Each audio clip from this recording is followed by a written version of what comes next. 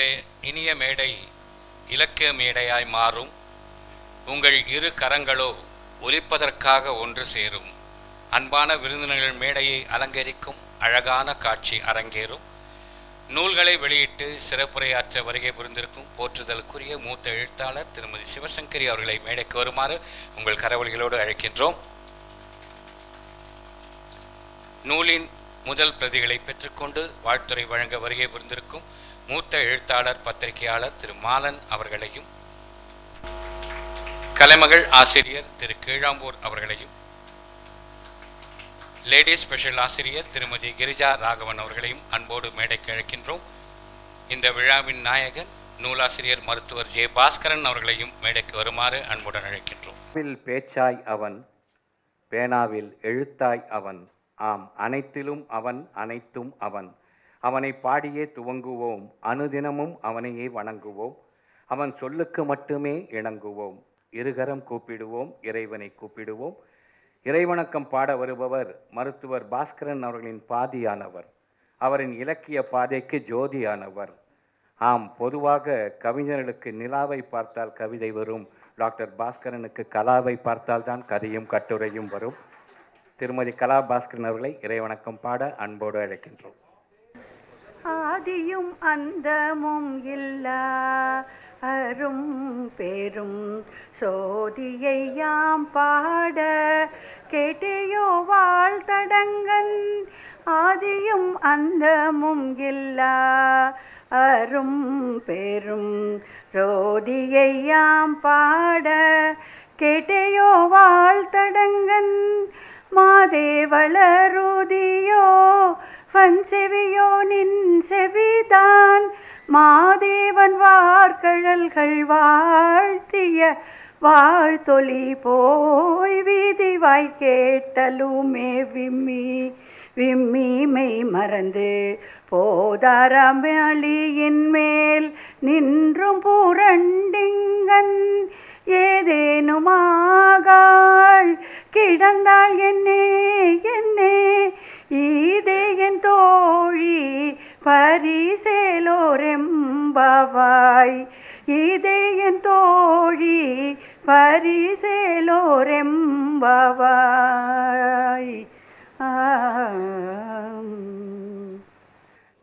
எனக்கு முகத்தை தந்த அன்னைக்கும் முகவரியை தந்த அன்னை தமிழுக்கும் என் முதல் வணக்கம். சிறப்பு விருந்தினர் உள்ளிட்ட அவையை மீண்டும் வணங்கி மகிழ்கிறோம். மார்கழி திங்கள், மதி நிறைந்த செவ்வாய் மாலை, ஊர்வசி அரங்கில் ஓர் உற்சாக வேளை. மருத்துவர் ஜே பாஸ்கரன் அவர்கள் எழுதிய 3 நூல்கள் வெளியாகும் இந்த நாளை மகிழ்வுடன் கொண்டாடுகிறது இந்த இலக்கிய சோலை. வாருங்கள், வரவேற்கிறோம், வாழ்த்துங்கள், வளர்கிறோம். விழாவிற்கு அழைப்பது என்பது பண்பாடு, அழைப்பிதழே அதன் வெளிப்பாடு. கண்டவுடன் ஆனந்தமாய் உங்கள் புறப்பாடு, வந்தீர்கள், ஆதரவு தந்தீர்கள், வணக்கம் என்றோம், அது உடல் மொழி. வரவேற்புரை என்பதோ உள்ளத்து மொழி. விழா நாயகன் மருத்துவர் பாஸ்கரன் அவர்களை வரவேற்புரையாற்ற வருவது சந்தர்ப்பம் அல்ல, அது ஒரு சங்கல்பம். மருத்துவர் பாஸ்கரன் அவர்களை வாருங்கள், மகத்தான வரவேற்புரையை தாருங்கள். எல்லோருக்கும் என்னுடைய மாலை வணக்கங்கள். புத்தக வெளியீடு என்பது என்னை பொறுத்தவரையில் எனக்கு மிகவும் நெருக்கமானவர்களை அழைத்து கொண்டாடக்கூடிய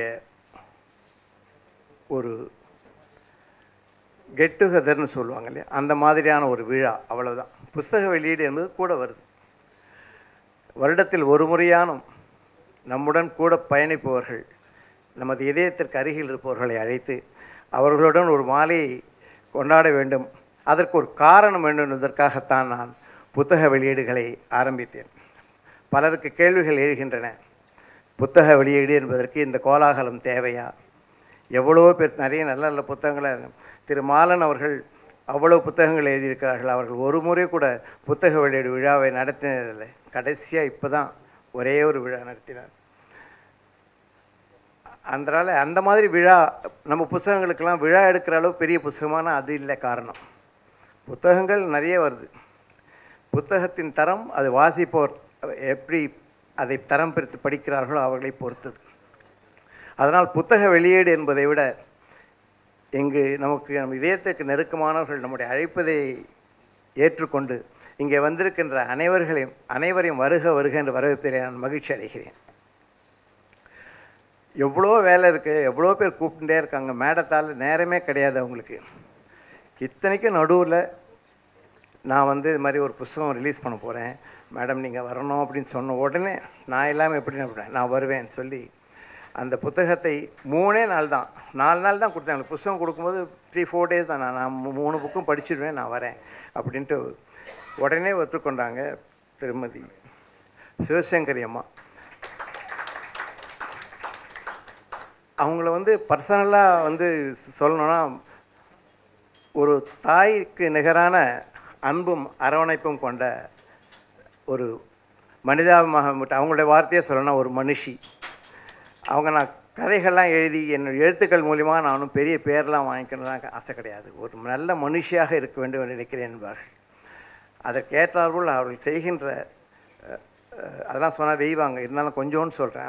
அவர்கள் செய்கின்ற உதவிகள் இலக்கிய உலகத்திலாகட்டும், இலக்கியம் உலகத்தை அப்பாற்பட்டு இருக்கின்ற ஆன்மீக உலகத்திலாகட்டும், அதை தவிர எங்கெல்லாம் தேவை இருக்கிறதோ அங்கெல்லாம் அவர் தன்னுடைய உதவி கரத்தை நீட்டி உதவி கொண்டிருக்கிறார்கள். அவர்கள் வாழ்கின்ற காலத்திலே நாமும் வாழ்கின்றோம் என்பது பெருமை. அவர்களை எனக்கு அணுக்கமாக தெரியும் என்பது அதைவிட பெருமை. அவர்கள் இந்த விழாவிற்கு நடத்தி கொடுப்பது என்பது மிக மிக பெருமை. ஆகவே வருக வருக என்று வரவேற்கிறேன்.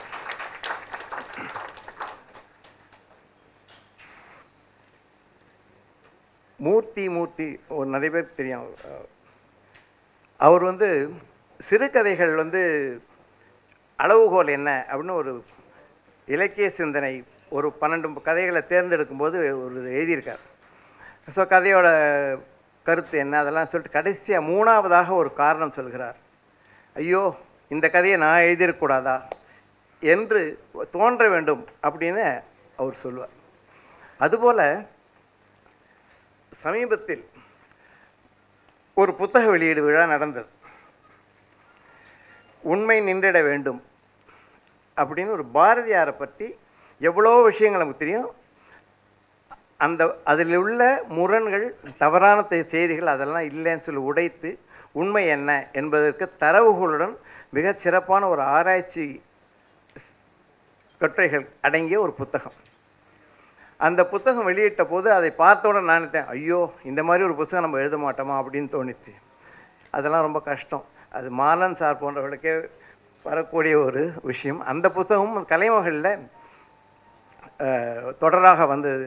கீழாம்பூர் சார் எங்கெல்லாம் நல்ல நல்ல விஷயங்கள் இருக்கிறதோ அவற்றையெல்லாம் எடுத்து தன்னுடைய கலைமகளிலே பிரசுரிப்பது வழக்கம். அப்படி ஒரு தொடராக வந்தது தான் திரு மாலன் அவர்களுடைய பாரதி பற்றிய கட்டுரைகள். அதுபோல் அவ்வளோ உயரத்தில் இருக்கின்ற அவர் மிக எளிமையாக நான் போய் புத்தகம் ரிலீஸ் பண்ணிட்டேன், வரீங்களா சார்? நான் ஊரில் இருக்கேன்னா பார்க்குறேன். நீ காத்தால் தான் புதுக்கோட்டையிலேருந்து வந்திருக்காங்க. அவங்க சாயங்காலம் நான் ஃப்ரீ தான், நான் வரேன்னு சொல்லிட்டு உடனே வந்தாங்க. ஸோ திரு மாலன் சார் அவர்களை வருக வருகின்ற வரப்பிலே நான் மிக்க மகிழ்ச்சி அடைகிறேன். கலைமகளில் எப்போதும் ஒரு கட்டுரை ஏதாவது போகணும் அப்படின்னாக்கா ஒரு தலைப்பு கொடுப்பார் கீழாம்பூர். அது ஐயப்பனை பற்றி இருக்கலாம், கொரோனாவை பற்றி இருக்கலாம், அல்லது ஒரு எழுத்தாளரை பற்றி இருக்கலாம். அந்த ஒரு தலைப்பு கொடுத்து அது எழுதும். ஒரு வருடம் எம்எஸ் அம்மாவை பற்றி எல்லாரும் எழுதிட்டாங்க நூற்றாண்டில்.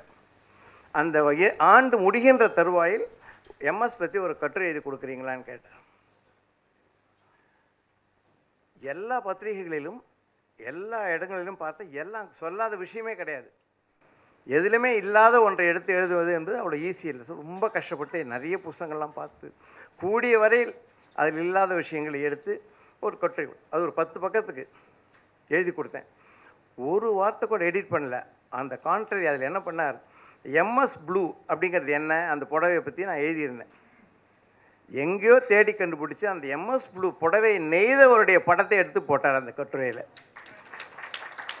ஸோ அந்த மாதிரி என்னுடைய பின்னால் இருந்து என்னை இயக்கி கொண்டு என்னை முன்னே தள்ளி கொண்டு இருக்கின்ற திரு கீழாம்பூர் ஐயா அவர்களை வருக வருக வரவேற்க மகிழ்ச்சி அடைகிறேன். முதல்ல கதை எழுதி ஒத்துட்டே காமிச்சுட்டு இருந்தேன். இந்த கதை நல்லா இருக்கா, இந்த கதை நல்லா இருக்கா, சரியாக இருக்கா, நல்லா இருக்கா.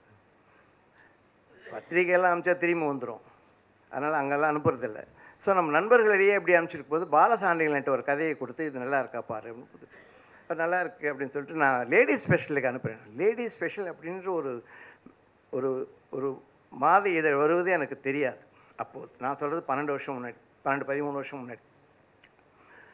சரி சார், நான் உடனே அவங்க பாலசாண்டியில் கூட நான் கதையை படிச்சுட்டு அவங்க போட்டுறாங்க. முதல் கதை லேடிஸ் ஸ்பெஷலில் என்னோடய கதை வந்தது. அப்படித்தான் எனக்கு திருமதி கிரிஜா ராகவன் அவர்கள் அறிமுகமானார்கள். அதற்கு பிறகு வருடத்திற்கு ஒரு டாபிக் கொடுத்துருவாங்க. முதல் இங்கே வந்து திருவிழாக்கள்லாம் பற்றி எழுதுங்க அப்படின்னு சொன்னாங்க. அதாவது மாதம் ஒரு விழா, நம்ம ஒரு ஃபெஸ்டிவல் வருது, அதை பற்றி எழுதுங்க. அப்படி எழுத ஆரம்பித்து முதல் திருப்பி அனுப்பிச்சாங்க. முதல் கட்டுரையை புக்கில் இருக்கிறது எல்லாருக்கும் தெரிஞ்சது எழுதக்கூடாது, உங்களோட அனுபவத்தை எழுதுங்கள் என்று ஒரு மாதிரி கொடுத்தாங்க. அது எழுத ஆரம்பிச்சு பொங்கல் ஆரம்பித்தது, அடுத்த பொங்கல் வரைக்கும் எழுதினேன். அதுதான் பின்னாடி நான் வந்து புத்தகமாக வெளியிட்ட அது ஒரு கனாக்காலம், நாஸ்டால்ஜியா. அது ரொம்ப மனதுக்கு பிடித்தமான புத்தகம் அது. ஏன்னா அதில் நிறைய என்னுடைய சிறு இளம் வயதிலே நான் சிதம்பரத்திலே இருந்தது, படித்தது, பிறகு கல்லூரியிலே படித்தது எல்லாம் இருக்கும் அதில்.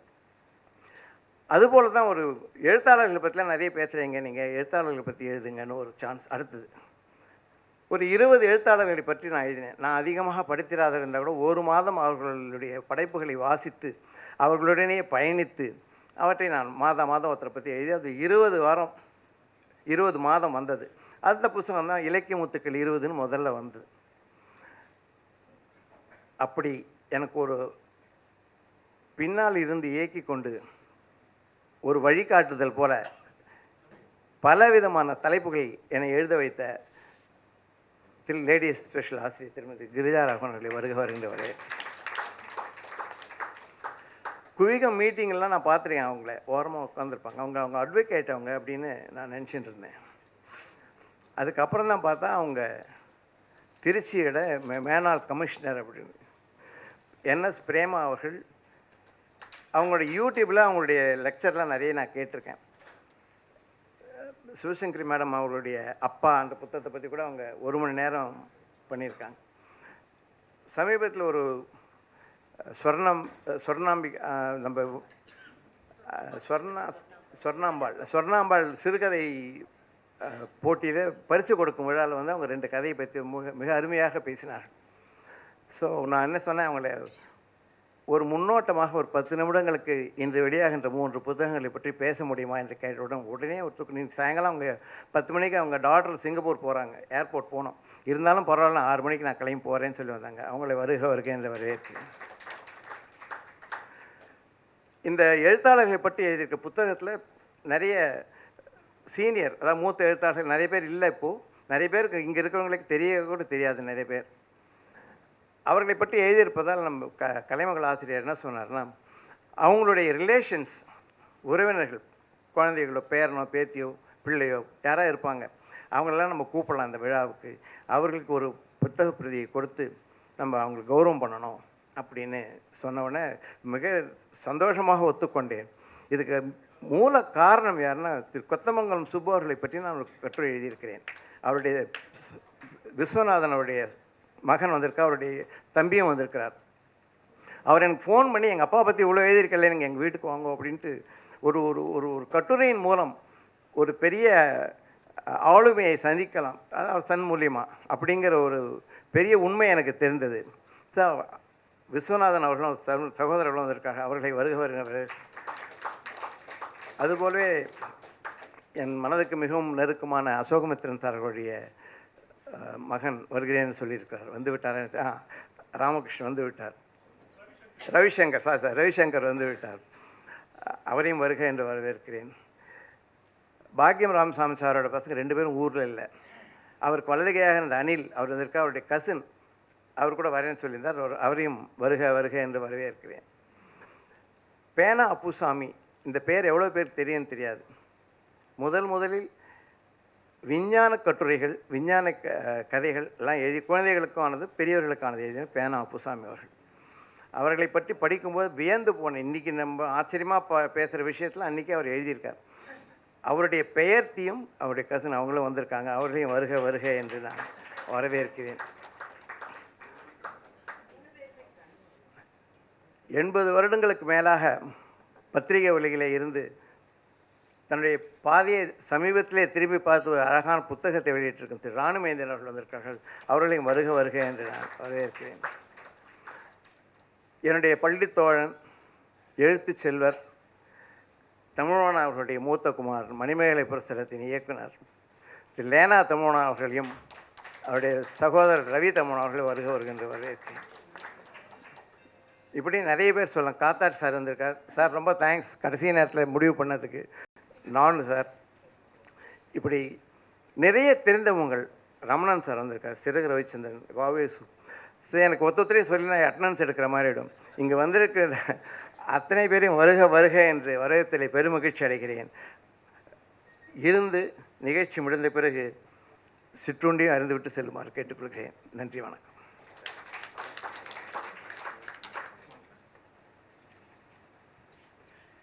வரவேற்புரையாற்றிய பாஸ்கர் அவர்களுக்கு நன்றி. 1000 அலுவல்கள் இருந்தும் நம் அன்பான அழைப்பை ஏற்று விழாவை சிறப்பிக்கும் விருந்தினரை இப்பொழுது கௌரவிக்கின்றோம். திருமதி சிவசங்கரி அவர்களை கலா பாஸ்கரன் அவர்கள் இப்பொழுது கௌரவிப்பார்கள்.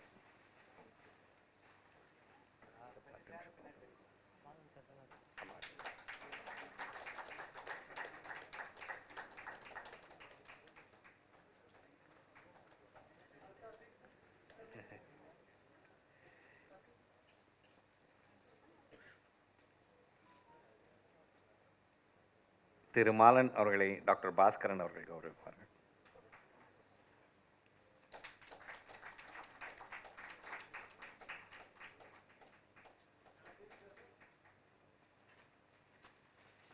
கலைமகள் ஆசிரியர் திரு கீழாம்பூர் அவர்களை கலைமாமணி ஜெய பாலசுப்ரமணியன் அவர்கள் கௌரவிப்பார்கள்.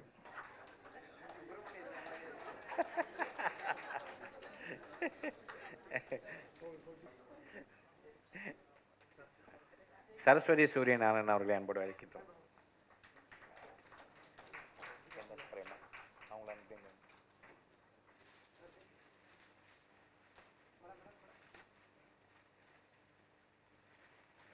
திருமதி NS பிரேமா அவர்களை சர் கலாபாஸ்கரன் அவர்கள் கௌரவி.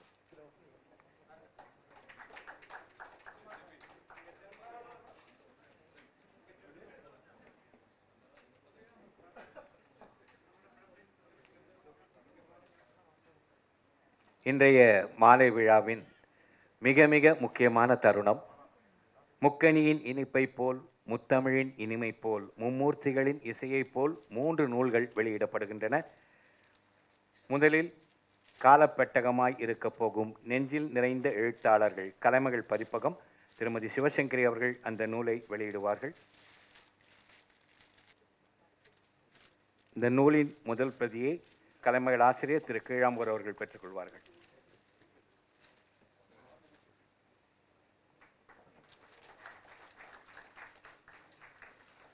அவங்களுக்கு மற்றவங்களுக்கு இருக்கா?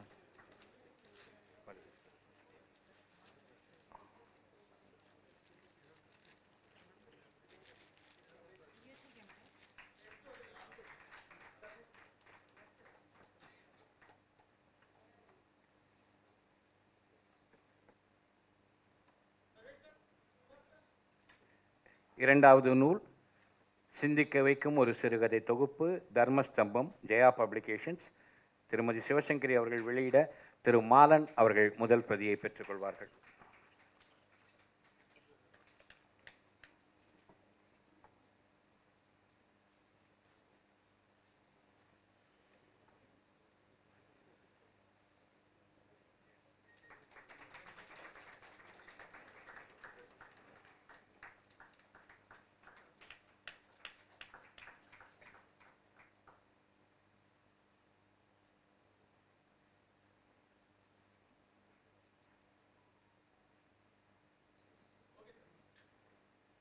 மூன்றாவதாக நாம் படித்தாலே நாவில் நீர் சுரக்கும் சாப்பிட வாங்க கட்டுரை தொகுப்பு, குவிகம் பதிப்பகம். திருமதி சிவசங்கரி அவர்கள் வெளியிட திருமதி கிரிஜா ராகவன் அவர்கள் பெற்றுக்கொள்வார்கள்.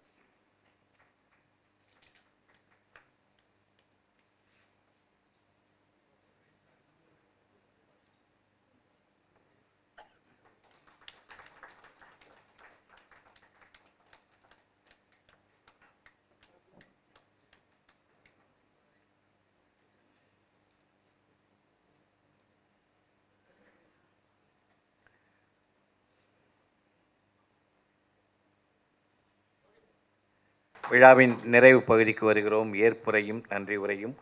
நாடி பிடித்து பார்க்கும் மருத்துவர் நல்ல நல்ல விஷயங்களை தேடி பிடித்து அதை கதையாக்கி கட்டுரையாக்கி நமக்கு தருகிறார். அவரை இப்பொழுது ஏற்புரையும் நன்றியுரையும் வழங்க அன்போடு அழைக்கின்றோம்.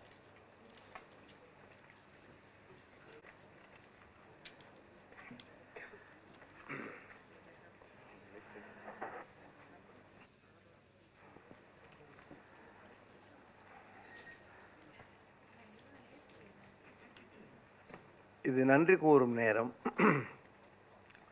நன்றி கூறுவதற்கு முன்னால், ஏற்புரைக்கு முன்னால், இந்த புத்தகங்கள்லாம் பப்ளிஷ் பண்ணவங்களை கொஞ்சம் கௌரவம் பண்ணணும்னு நினைக்கிறேன். முதல்ல கலைமகள் பப்ளிஷர் திரு பி.டி. ராஜன் அவர்களை மேடைக்கு அழைக்கிறேன்.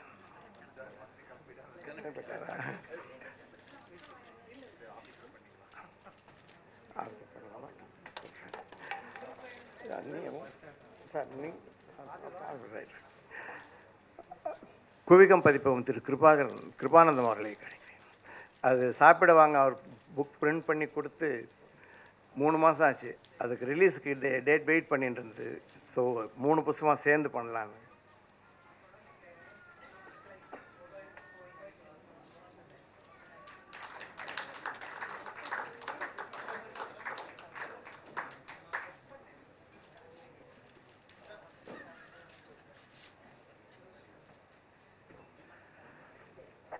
ஜெயா பப்ளிகேஷன் வந்து நிறைய புத்தகங்கள், மடிப்பாக்கம் வெங்கட மாதிரி பேனாக்கள் பேரவையில் நிறைய புத்தகங்களை மிக சிறப்பாக வெளியிட்டு கொண்டிருக்கிறார்கள்.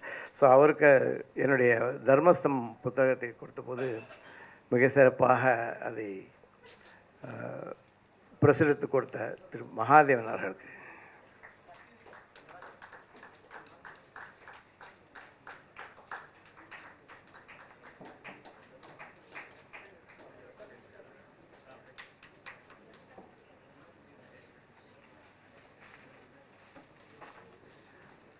யார் என்ன சொன்னாலும் இணைப்புரை திலகம் நான் தான் சொன்னேன். இந்த விழாவை சிறப்பாக முன்னெடுத்து செல்லும் திரு சந்திரமோகன் அவர்களுக்கு,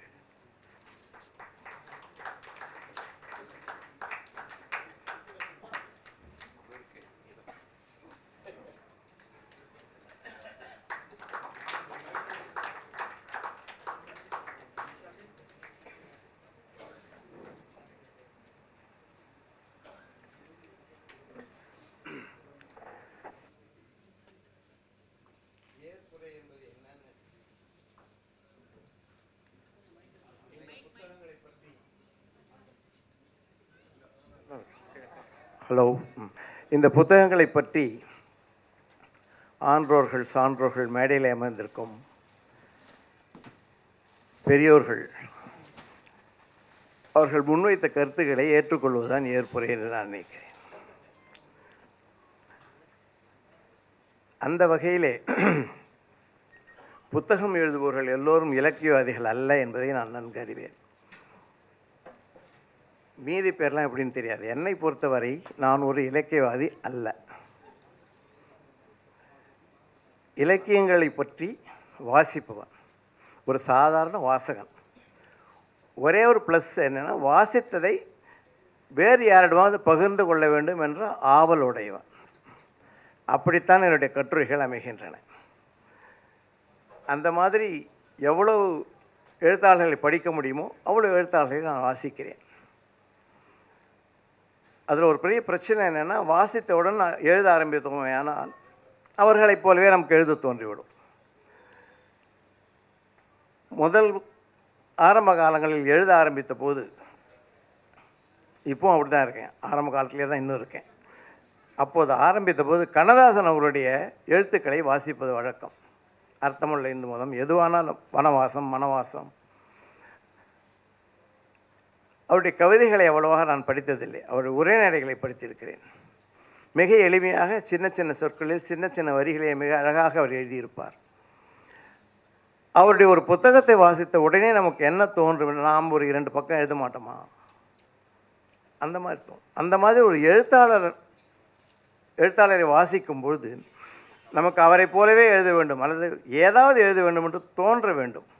அப்படிப்பட்ட எழுத்தாளர் கண்ணதாசன் ஒருவர். அப்படித்தான் நான் எழுத ஆரம்பிக்கிறேன். ஸோ எழுத்தாளர்கள் அல்லது படைப்பாளிகளை வாசிப்பது என்பதுதான் என்னுடைய முதல் நோக்கமாக. ஒரு எழுத்தாளன் என்பதை விட நான் வாசகன் என்று சொல்வதில் நான் பெருமைப்படுகிறேன். இருந்தாலும் ஆசை யாரை விடுது? எல்லாம் தான் எழுதுகிறோம், நிறைய புத்தகம் எழுதுகிறாங்களே, யார் தான் எழுதலை? இந்த முகநூல் வந்த பிறகு எழுத்து என்பது அதிகமாகிவிட்டது. முகநூலிலே எழுத ஆரம்பித்தவன் தான் நான். என்னுடைய முதல் கட்டுரை புத்தகம் முகநூலிலே வந்த அப்பாவின் டைப்ரைட்டர் புத்தகம். முகநூலிலே வந்த கட்டுரைகள் பத்திகளை வைத்து எழுதப்பட்ட புத்தகம். அதைத்தான் திரு அசோகமித்திரன் அவர்கள் வெளியிட்டார்கள்.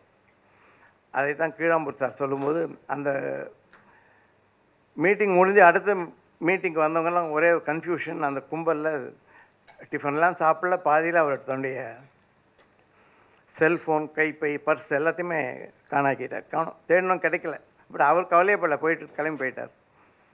எனக்கு தூக்கம் வரல நீ நைட் பூரா, ஏன்னா இந்த மாதிரி ஆகிட்டேன் நம்ம ஃபங்க்ஷன்லன்னு சொல்லிவிட்டு, அவர் என்ன ஃபோன் வச்சுருந்தா அதே மாடல் ஃபோன் காத்தால் போய் வாங்கி, உதயம்ராம் உரத்த சிந்தனை உதயம்ராம வந்து பிஎஸ்என்எல் இருந்தார், அவரிடம் சொல்லி அதே நம்பரை உடனே வாங்கி அதுக்கு அந்த செல் அப்போ சிம் போடணும். சிம் போட்டு என்ன அவர் அந்த சேவ் பண்ணியிருந்த நம்பர்லாம் போயிடுது, அது கொடுக்க முடியல. ஸோ அந்த செல் வாங்கி பிறகு அவருக்கு அவருடைய பர்ஸு போலே ஒரு பர்ஸ் வாங்கி தொலைத்த 2 புத்தகத்தையும் வைத்து ஒரு வேஷ்டி சட்டையெல்லாம் வாங்கி கொண்டு மத்தியானம் வரட்டமான வா அப்படின்னார். எதுக்குன்னு தெரியாது அவருக்கு. அவர் வீட்டுக்கு போயிட்டு நானும் ஒய்ஃபும் தான் போனோம். போய் அவர்கிட்ட, சார் இது மாதிரி நடந்து ரொம்ப வருத்தமாக இருக்குது, இந்தாங்க உங்களுடைய ஃபோன், நான் புதுசாக வாங்கியிருக்கேன். ஐயோ ஏன்ப்பா இதெல்லாம் நீ பண்ணுற, தொலைக்கிறது சகஜம் தானே, பரவாயில்லப்பா வேண்டாம் அப்படின்லாம். இல்லை சார், எங்கள் அப்பா தொலைச்சிருந்தா நான் வாங்கி கொடுத்துருப்பேன் இல்லையா, அது மாதிரி. ஸோ அப்படித்தான் அவருடன் தொடர்பு எனக்கு இறுக்கமான காலம். இறுதி நாள் வரை அவர் வந்து என்னை பற்றி சொல்லியிருந்தார். 6 மணிக்கு அவர் கஷ்டப்படுறார் மூச்சு விடுறதுக்கு. அப்புறம் ஏதோ மருந்து கொடுத்து கொஞ்சம் பரவாயில்ல, சரி நான் இப்போ தூங்கிடுறேன், டாக்டர் போவேண்டாம், நாளைக்கு காத்தால் வெஸ்ட் மாம்பலத்தில் போய் பாஸ்கெட் அழைச்சி கொண்டு என்ன காமிச்சிக்கலாம் அப்படின்னு சொன்னார். ஆனால் 7 மணிக்கு அவர் இல்லை. என்னுடைய வாசிப்பில் தி. ஜானகிராமன், அசோகமித்திரன், ஜெயகாந்தன், இப்படி எல்லா ஆளுமைகளை பற்றியும், அதாவது பொதுவாக பரவலாக அறியப்பட்ட வாசகர்கள், எழுத்தாளர்களை நான் நிறைய வாசித்திருக்கிறேன். அவர்களை பற்றி பரவலாக தெரிந்த எழுத்தாளர்களை பற்றி தான் நான் வந்து லேடிஸ் ஸ்பெஷலில் எழுதும்போது எழுதினேன். ஏன்னா ரொம்ப தெரியாதவங்க எனக்கே தெரியாது அப்போது. பிறகு கலைமகளில் எழுத ஆரம்பிக்கும்போது கீழாம்பூர் அவர்கள் உயிருடன் இருப்பவர்களை பற்றி எழுத வேண்டாம், மறந்த எழுத்தார்கள், அதாவது இப்போ பேனா அப்புசாமி அவர்களை பற்றி நான் யோசிச்சுவேன். எவ்வளோ பேருக்கு அந்த பேர் தெரியும்? அந்த பேனா அப்புசாமிக்கு நான் நினச்சிட்டு போது முதல்ல பேனான்னு எழுதும் இல்லையா, பேனா அப்புசாமி தான் நான் நினச்சிட்டு இருந்தேன். ஓ, எழுதுறதுனால ஒரு பேனா அப்புசாமி பேர் வச்சுட்டு இருக்கார் போல் இருக்குன்னு. பிறகுதான் தெரிந்தது நா அப்புசாமி என்பது. ஸோ அந்த தான் நம்முடைய எழுத்தாளர்களை பற்றிய சிந்தனை, அறிவு நமக்கு அவ்வளோதான். அதுக்கு ஒரு வாய்ப்பு கொடுத்த போது துமிலன் அப்படின்னு ஒரு எழுத்தாளர் பற்றி எத்தனையோ பேர் தெரியாது. அவர் மிகச்சிறந்த நகைச்சுவை எழுத்தாளர் என்பதை தெரியாது. அந்த மாதிரி ஒரு எழுத்தாளரை பற்றி, ஏதாவது பேரே தெரியாத எழுத்தாளர்களை பற்றி படிக்கும்போது, வைமு கோதை நாயகி பற்றி படிக்கும்போது வியந்து போனேன். படிக்க தெரியாது, யார்கிட்ட சொல்லி டிக்டேட் பண்ணி தான் அவங்க எழுதுகிறாங்க. எழுத தெரியாது, படிக்க தெரியாது, ஆனால் அவங்க டிக்டேட் பண்ணி எழுதுகிறாங்க. பிறகு எல்லாம் கற்றுக்குறாங்க. அதே மாதிரி வசுமதி அவங்க திரு சேஷசாயி அவர்கள் வரேன்னு சொல்லியிருந்தார், வரல. வசுமதி ராமசாமின்னு ஒரு சிறந்த எழுத்தாளர் மட்டுமல்ல, ஒரு சமூக சிந்தனையாளர், ஒரு தேசியவாதி. அவங்க கதைகள் எல்லாம் பற்றி படிக்கும்போது ரொம்ப ஆச்சரியமாக இருந்தது. அப்போவே இன்று நாம் முற்போக்கான எண்ணங்கள் என்று சொல்லி கொண்டு எதையெல்லாம் எழுதுகின்றோமோ, எதையெல்லாம் கடிந்து கொள்கின்றோமோ, எதையெல்லாம் புறந்தள்ளுகின்றோமோ, எதையெல்லாம் சேர்த்து கொள்கின்றோமோ, இதையெல்லாம் அப்போயே பேசிட்டாங்க அவங்க. அந்த பழைய எழுத்தாளர்களுடைய படைப்புகளை வாசிக்கும்பொழுது இப்போது யாருமே எதுவுமே புதிதாக சொல்லவில்லை என்கின்ற நிலையை தான் எனக்கு தோன்றுகின்றது. சொல்லுவாங்க எப்பவுமே, நான் கண்டுபிடிச்சேன்னு சிலர் சொல்லுவாங்க. அதுக்கு ஒருத்தர் சொல்லுவார் ஜென்னில், நீ ஒன்றும் கண்டுபிடிக்கல, அது முன்னாடியே இருக்குது, உனக்கு இப்போ தான் கண்ணுக்கு தெரிஞ்சிருக்காது அப்படின்னு. யாருமே புதிதாக எதுவுமே கண்டுபிடிக்க முடியாது அப்படின்னு சொல்லுவாங்க. அந்த மாதிரி தான் எழுத்தாளர்களை பற்றி படிக்கும்போது இப்போது இருக்கின்ற அத்தனை விஷயங்களும் அவங்க சொல்லியிருக்காங்க முன்னாடியே. ஸோ அது ஒரு சிறந்த அனுபவம். அந்த ஒரு அனுபவத்தை கொடுத்தவர் லேடி ஸ்பெஷல் கிரிஜாராமன் அவர்களும் கீழாம்பூர் அவர்களும். பிறகு அடுத்த சீரீஸ் வந்து அமுத சிறப்பில் எழுதுவதற்கு திருப்பூர் கிருஷ்ணன் அவர்கள் வாய்ப்பளித்திருக்கிறார்கள். அடுத்த ஒரு வருஷத்துக்கு 11 எழுத்தாளர்களை பற்றி எழுதலாம் என்று யோசித்துக் கொண்டிருக்கிறேன். ஸோ கட்டுரைகள் எழுதுவது என்பது தான் ஈஸியாக இருக்குது எனக்கு. இட்லி பற்றி எழுதுறேன், தோசையை பற்றி எழுதுறேன், ஒரு இந்த லைட்டர் வெயின் ஃபேஸ்புக்கில் எழுதுனதுனால அந்த புக்கை அவர் கொண்டு வந்தேன், அவ்வளோதான். அதில் வந்து இலக்கியம் இருக்க தான் இருக்கிறது. சாப்பாட்டிலே போண்டாலே இலக்கியம் இல்லையான்னு நிச்சயமாக இருக்குது. போண்டாவை பற்றி பேசும்போது தெரியும். இப்போ கல்யாண சமையல் சாதம் பூரி பற்றி அவன் பாடுறான்னா மகாபாரதம் காலத்தில் பூரி இருந்தது தானே? கிடையாது. சாப்பாட்டில் இலக்கியம் இல்லையா? இருக்கிறது. எத்தனை சங்க இலக்கியங்கள் பார்த்தோமே, அவர் சாப்பிடுகின்ற சாப்பாட்டை பற்றியும் அவர்கள் என்ன மாதிரியான உணவு வகைகள் உண்டார்கள் என்பதை பற்றியும் இருக்கிறது. முருகனை பற்றி படிக்கிறோம், நெடுநல் வாடை படிக்கிறோம், பரிபாடல் படிக்கிறோம். அதெல்லாம் படிக்கும்போது அந்த காலத்தில் அவர்கள் என்ன உணவு உண்டார்கள் படிக்கிறது. தேன் சாப்பிட்டான், திணை மாவு சாப்பிட்டான், மாமிசம் சாப்பிட்டான். இவன் மாமிசம் சாப்பிட மாட்டான் இந்த காலத்தில். அதெல்லாம் அப்பவும் இருக்குது. அதெல்லாம் இலக்கியமாக நம்ம ஏற்றுக்கொண்டிருக்கிறோம். அப்படி இருக்கும்போது இன்றைய போண்டாவும் பஞ்சி ஏன் இலக்கியமாக ஏற்றுக்க முடியாது? அது பின்னவீனத்துவ சாப்பாடு இலக்கியம்னு வச்சுக்கலாம் வேணா, சரியா? ஸோ இது வந்து ஒரு லைட்டர் வெயினில் எழுதின புத்தகம் தான். இருந்தாலும் அதற்காக நான் உழைத்த உழைப்பு இருக்கிறது. போண்டா தோசைலாம் எங்கே முதல்ல வந்தது? மைசூரில் தான் வந்து. மைசூர்லேருந்து காவிரியிலேருந்து தண்ணி கொடுக்கலன்னா கூட கர்நாடகாலேருந்து தான் தோசை வந்தது, போண்டா வந்தது அப்படிங்கிறது மட்டும் நான் எழுத முடிஞ்சது. ஸோ அதில் ஒரு சின்னதாக ஒரு வரலாற்று சிந்தனை இருக்கிறது என்று நான் நினைக்கிறேன். மற்றபடி சும்மா ஒரு ஜாலிக்காக எழுதின புஸ்தகம் தான் அது. அதுக்காக தான் 3 மாதம் வெயிட் பண்ணியிருந்தேன். வேறு மீதி புஸ்தகத்தோட தள்ளிவிடல. இப்போது இவ்வளோ பெரிய எழுத்தாளர்கள், பெரிய ஆளுமைகள் இருக்கும்போது நான் கூட ஒட்டின்ட்டேன் ஒரு ஃபங்க்ஷன் வச்சு, நான் கூட எழுத்தாளர் அப்படின்னு. அந்த மாதிரி தான் அந்த புஸ்தகத்தை சேர்த்து விட்டுருக்கேன். இதோட சிறுகதைகள் பற்றி எனக்கு எந்த ஒப்பீனியனும் கிடையாது. ஒரு முறை ஒரு பப்ளிஷர் சொன்னார், உங்களுடைய சிறுகதைகள்லாம் ஒரு சம்பவங்களை மட்டுமே வைத்து எழுதப்படுகின்றன, வெறும் சம்பவங்கள் மட்டுமே கதைகள் ஆகுமா? சம்பவங்கள் இல்லாமல் கதைகள் எப்படி வரும் என்று நான் கேட்டேன். சம்பவங்கள் இன்றி கதைகள் வருமா? சிறுகதைகள் வருமா? எந்த சிறுகதையும் ஒரு சம்பவமாக இருக்க வேண்டுமே. சம்பவங்கள் இல்லாமல் எப்படி சிறுகதைகள் வரும்? சம்பவங்கள் மட்டுமே. அப்போது உளவியல் ரீதியாக இருக்க வேண்டும் என்றால் ஆதவன் கதைகளை தான் படிக்க வேண்டும். உளவியல் ரீதியாக கணவன் மனைவிக்குள், அப்பா பிள்ளைக்குள், அல்லது மனிதர்களுக்குள் இருக்கும் விஷயங்களை பற்றி பேசுறது உளவியல் ரீதியான சிறுகதை. ஸோ சம்பவங்கள் இருந்து சிறுகதைகள் எழுத முடியுமா என்றால் கு. அழகிரிசாமி சொல்லுகிறார், என்னுடைய சிறுகதைகளில் இந்த புத்தகத்தில் எழுதியிருக்கேன் நான். சாரி, இதில் இல்லை, அடுத்ததில் வருது. அவர் சொல்கிற, என்னுடைய சிறுகதைகள் அனைத்தும் சம்பவங்களை அடிப்படையாக கொண்டவை. என் வாழ்க்கையில் நான் அந்த சம்பவங்களையே நான் கதைகளாக்கி இருக்கிறேன் அப்படின்னு சொல்கிறார். ஸோ சம்பவங்கள் மட்டுமே சிறுகதைகள் ஆகாதுன்னு சொல்ல முடியாது. எப்படி நம்ம ப்ரெசென்ட் பண்ணுறோங்கிறதுனா வித்தியாசமாக இருக்கலாம். உளவியல் ரீதியாக கதைகள் இருக்கின்றன. இந்த கதையில் ஒரு கதை இருக்குது. எனக்கு ஒரு நேபர் வச்சுங்களேன். இளவயதிலேயே கணவனை இழந்த ஒரு மனைவி, அவளுக்கு 2 பசங்க. அந்த பையன் வந்து வளரும்போது அவன் கணவனை போலவே இருக்கிறான். நடத்தை, பேச்சு, பார்வை எல்லாமே அவனுக்கு வந்து தன்னுடைய கணவனையே அவளுக்கு ஞாபகப்படுத்து. இளவயதிலேயே அவள் கணவனை இழந்து விட்டாள். அந்த குழந்தை வந்து அடல்ட் ஆகும்போது அவளுக்கு ரொம்ப வயசு கிடையாது, 45 வயசு. சூடாமணி ஒரு கதையிலே சொல்லுவார்கள், வயதாகி விட்டால் நான் பாட்டி, சரி நான் பாட்டியாகி விட்டதுனால் எனக்கு உலகத்துலாம் ஒன்றும் இது இருக்காதுன்னு நினைக்காதீங்க. பாட்டியாகி விட்டதால் நான் இன்னும் அந்த மனைவிங்கிற அந்தஸ்தை இழந்து விட்டேன் என்பது இல்லை அப்படின்னு சொல்லுவார். அந்த மாதிரி அவருக்கு வந்து அந்த பையனை பார்க்கும்போதெல்லாம் அவங்க தன்னுடைய கணவன் ஞாபகமே வரும். அது சைக்கலாஜிக்கலாக அது ஒரு கண்டிஷன், அது பெத்தலாஜிக்கல் கண்டிஷன். அவள் பிரெயினில் இருக்க அந்த பையன் அவளை பார்க்கும்போதெல்லாம் அவனுக்கு தன்னுடைய கணவனுடைய ஞாபகம் வருது அவளுக்கு. அவன் வந்து குளிக்க போய் தண்ணி துண்டு கேட்குறான், கொண்டு கொடுக்குறா. ஆனால் அவன் கையை மட்டும் நீட்டுறான், கை பக்கம் அவளுக்கு தன்னுடைய கணவன் என்னோட கை நினைவுக்கு வருகிறது. அந்த பிணைப்பு அவளுக்கு இருக்குது. அவளால் அதில் வெளில வர முடியல. அதனால் அவனை வந்து ஒரு பொசசிவாக அவளை அப்படியே கட்டி வச்ச மாதிரி இருக்கா, வீட்டிலே வச்சுட்டு இருக்கான். அதனால் அவன் தன்னுடைய சுயத்தை இழக்கிறான். அவன் என்ன பண்ணுறான், அவனால் வெளியில் போகணும், அம்மா விட்டு போக முடியாது. ஏன்னா ஒரே பிள்ளை. அவளுக்கு வந்து அவனை விட முடியாது. ஏன்னா அவளுக்கு இந்த மாதிரி ஒரு ஃபீல் இருக்குது. அவனுக்கு நைட்டு தூங்குறான், திடீர்னு பார்த்தா சத்தம் கேட்குறது, முடிச்சு பார்த்தா அங்கே ட்ரா எடுத்து தேடுறேன். என்னவா தேடுறேன் அப்படின்னு, விக்ஸு தேடின்னு இருக்கேன் அப்படிங்கிற. சரிங்க எடுத்து கொடுத்தேன். போனப்பறம் யோசிக்கிறான், அப்பா இருக்கும்போது இந்த விக்ஸ் மேலே அவளுக்கு பிடிக்காது, இங்கே எதுக்கு விக்ஸ் தேட இங்கே வந்தா அப்படின்னு அவனுக்கு சந்தேகம் வரும். பிறகு ஒரு ஆஃபீஸில் ஒரு சைக்காலஜிஸ்ட் வரா, அவள் எக்ஸ்பிளைன் பண்ணுறாங்க, கதையாக வருது. இந்த பிணைப்பு அப்படிங்கிறது ஒரு கண்டிஷன். அதை வச்சு ஒரு பிணைப்புன்னு ஒரு கதை நான் இதில் எழுதியிருக்கேன்.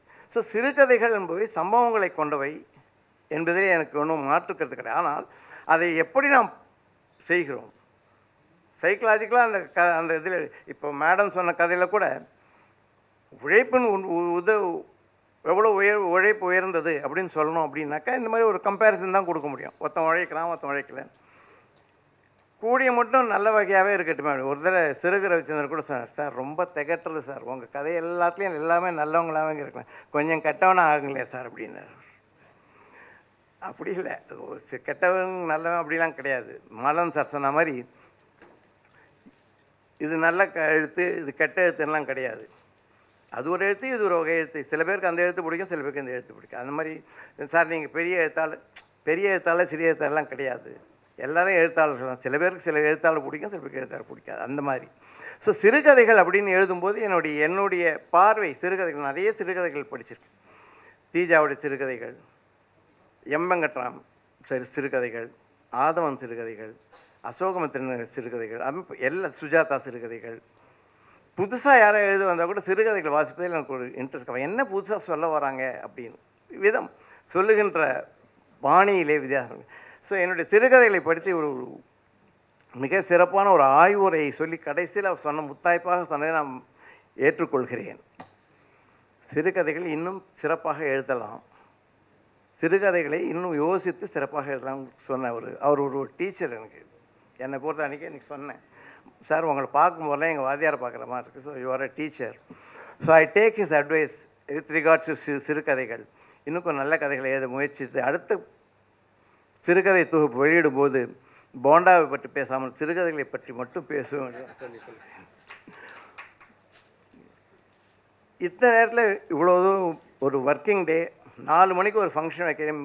அமுதம் சூர்யா ஒருத்தர் கேட்டார் போனதில், 4 மணிக்கு வைக்கிறீங்க சார், ஒருத்தர் கூட வரமாட்டாங்க அப்படின்ட்டு 4:15 மெதுவாக வந்தார். அவர் பார்த்தா ஃபுல்லாக இருந்து மீட்டிங் ஆரம்பிச்சிட்டோம். என்னுடைய அழைப்பினை ஏற்று தன்னுடைய நேரத்தை ஒதுக்கி இவ்வளோ பேர் இங்கே வந்தது எனக்கு ரொம்ப சந்தோஷம். புஸ்தகங்களை வாங்குங்க, படிங்க, வாங்காமல் இருங்க, படிக்காமல் இருங்க, அதெல்லாம் உங்களுடைய சன். ஆனால் இங்கே வந்து இங்கே என்னுடன் இருந்து இந்த 2 மணி நேரத்தை நீங்கள் கழித்ததற்கு என்னுடைய மனமார்ந்த நன்றியை நான் தெரிவித்துக் கொள்கிறேன். இங்கே இருக்கிற பெரிய பெரிய சால்வாற்றங்கள்லாம் Keezhambur sir, ladies special Girija Raghavan madam, Sivasankari அம்மா, மாலன் சார், இவங்கெல்லாம் ஒரு மேடையிலே வந்து 2 மணி நேரம் உட்காரணும் அப்படின்னா அதுக்கு பெரிய கஷ்டம். அது அவங்க அவ்வளோ வேலை இருக்குது அவங்களுக்கு. இதுக்கெல்லாம் தாண்டி அவங்க என்ன சரி இந்த ஒரு பையன் கூப்பிட்றான், வயசாச்சுன்னு சொல்லாதீங்க, எழுத்துலகில் இப்போ தான் வந்திருக்காரு, ஸோ இந்த பையன் கூப்பிட்றான் என்கரேஜ் பண்ணலாம் வந்திருக்காங்க. அவர்களுக்கு என்னுடைய மனமார்ந்த நன்றியை தெரிவித்துக் கொள்கிறேன். நன்றி. விழாயத்துடன் நிறைவு பெறுகிறது. வாழிய செந்தமிழ், வாழ்க நற்றமிழர், வாழிய பாரத மணி திருநாடு, வந்தே மாதரம் என்று கூறி விடைபெறுகிறோம். நன்றி. எல்லோரும் சாப்பிட வாங்க.